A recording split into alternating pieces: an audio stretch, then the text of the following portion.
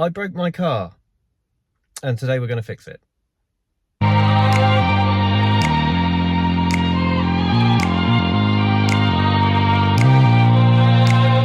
I broke my car recently, not badly, but a slight pain, shall we say. So we were on holiday, driving through France, and a really, great time. Car was great.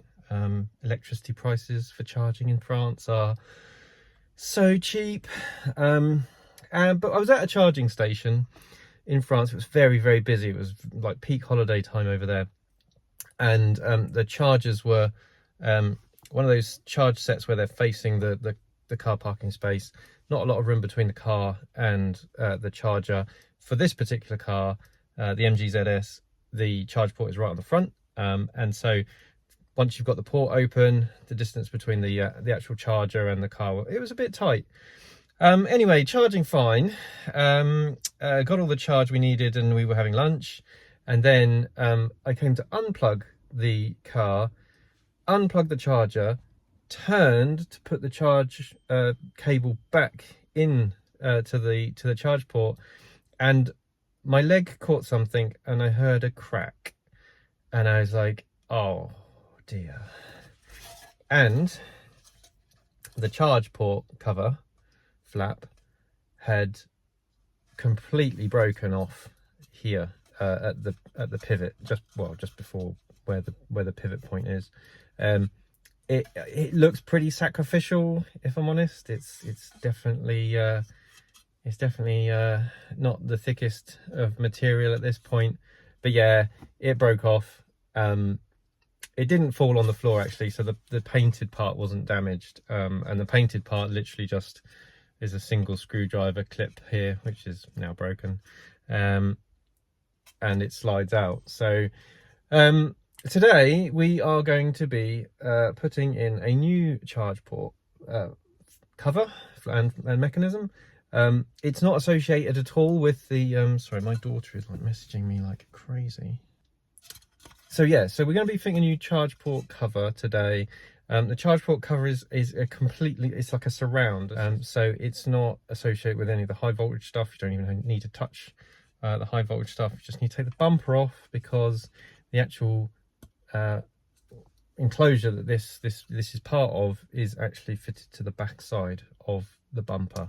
So bumper off, undo a few cables, take the old one off, put the new one on, put the painted part onto the new one, and put it all back together again. So it shouldn't take too long. The guy's in the garage where I got the part from, so I did get genuine parts. So obviously this is car under warranty and everything like that. Need to fit genuine parts, need to use genuine parts. Not that you could probably get aftermarket parts for it anyway, but your dealer will sort you out. They were really friendly. They were saying it was a really easy job to do, and quite a few people need to do it. And I paid £167.33 for the part from my local dealer, which is interesting because if you go on eBay, people are asking like 200 quid for them. So do check with your dealer, and they might even give you a discount on that even. But yeah, £167.33 for the part, and that is the only part you need to do the job. So let's get into it.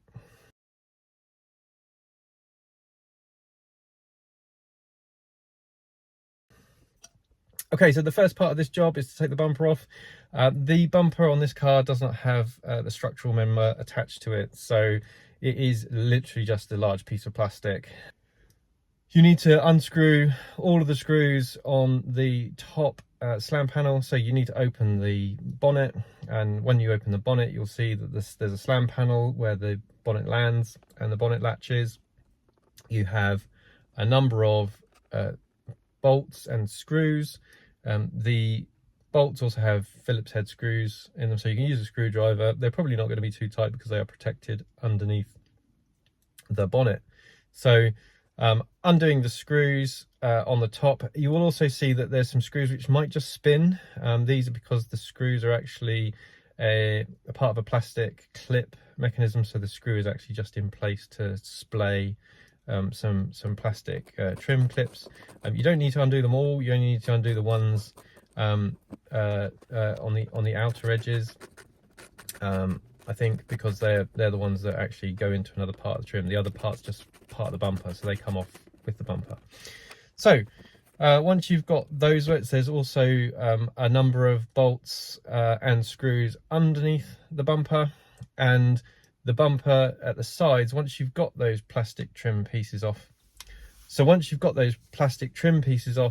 either side on the wheel arch, there's a screw that holds the bumper to the wheel arch to keep that line really nice and tight. So you need to undo those. They're a little bit hidden, so don't go wrenching the bumper before you undo those screws that fix the bumper to the wheel arch. Once you have got all of the screws out, you will need to pull the bumper to unlock it from the clips that hold the bumper on just underneath the lights and by the wheel arches. So there is a bit of force needed to pull them off, but not too much force. You should be okay with a little bit of moderate force. So I use my trim removal kit again, just with some of the plastic parts that clip the wiring units onto the plugs and stuff onto the back of the bumper. I didn't want to damage any of those, so I took my time just undoing each one until I was then able to unclip the connectors which connect a couple of the wiring harnesses to the car. Once those two wiring harnesses were disconnected, you can then lift the bumper away from the vehicle and place it on the ground. You won't do any damage to the paint when it's placed on the ground, because the bottom of the bumper is painted, it's just black plastic. So again, I just got my wife to stand there, preventing it from falling forward, whilst I literally just undid 4 tiny little screws that were holding on the charge port flap mechanism holder, which took not very long at all. The only thing you need to do before you fit the new charge port flap mechanism is change over the wiring for the well, it's not just the wiring, it's the wiring and the actual light mechanism, which has got the charge port indicator on it. So just moving all of that over to the new charge port flap and then screwing it in to the back of the bumper, and then basically reversal of removal, as the Haynes manual used to say. Just putting all of the wiring back together, make sure you've got all the wiring back together, make sure you've got the wiring and connectors all plugged back into their retaining holes, because again, you don't want them flapping around while you're driving. And then pop the bumper back on. Probably again worth having a couple of people here just to make sure that you're not scratching anything as the bumper goes back on, because the bumper and the wheel arch covers will come into contact, so you just want to make sure everything's out of the way as you pop them back on. Once you've got a few screws in though, to the slam panel, the bumper's not going to be going anywhere, and you can then just take your time putting the bumper back into the holders. Once that's all done, probably worth just checking you've got no electrical warnings on the dash. Make sure all of the wiring's all back together properly. Make sure your temperature sensor is working, so check the temperature on the dash, because the temperature sensor is one of the connectors, is on one of the connectors at the front of the vehicle. Also, probably pop the car on charge, just check the charge port lights working properly, and take it for a test drive. Make sure you haven't got any rattles from any of the trims that you're doing, that you've been dealing with. You may well, when you take these wheel arch trims off, you may break them. So there's really not really a lot you can do. I mean, they're kind of are what they are. And so if you do break one, you might just have to well, see how badly you've broken them. If you've broken a few clips but not all of them, you might be okay. But if you do break the clips and it starts flapping around while you're driving, it might get on your nerves, so you might need to pick up a new wheel arch trim. If you want to be super cautious, you could buy the trims as well when you buy the charge port, but I didn't. I thought I'd see how I'd go. I got lucky on one side and not so lucky on the other side. Used exactly the same amount of force. I also used some trim clip removals kits, which you can get off Amazon, just to help get underneath and behind the underneath and behind the wheel arch trims, just to give myself the best chance of getting it out without breaking anything. But like I say, got one side out okay with all the clips intact. The other side didn't go so well. A few of the clips broke, but not all of them, so I have put it on. I'll see how it goes, but I probably will order a new liner and do it at some point. If it starts flapping around while I'm driving, as in vibrating, it's not going to come off, but it might start vibrating a little bit when I'm driving. That will determine how quickly I change that out. So that's it. This is the old charge port cover in its two pieces. It's a real shame actually that they didn't think this was going to happen a little bit more, because if they had put a hole in the bumper at the top and a way of just pulling this pin out, of course you could pull the pin out and then replace this from the front without doing anything.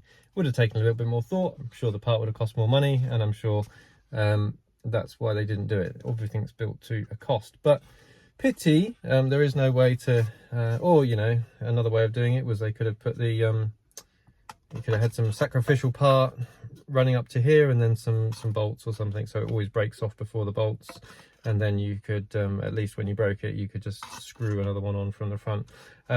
All this and more things that they could have done but didn't, because hey, who cares.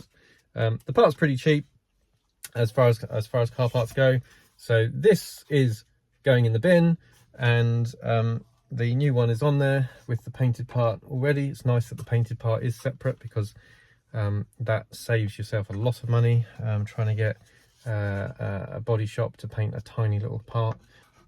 So one good thing about this this fault was that the way that the mechanism worked meant that I was able to keep this on the car with the painted part, so it didn't look and it didn't expose the charge port to wet weather or anything like that when I was driving. So it was something that I could take my time over the repair, because this thing, as you can see, even though it's broken, because the thing clips round, is inside the recess there, and also the clip on this side is holding it in, there was never any danger of any of the electronics or the high voltage system or the charge port.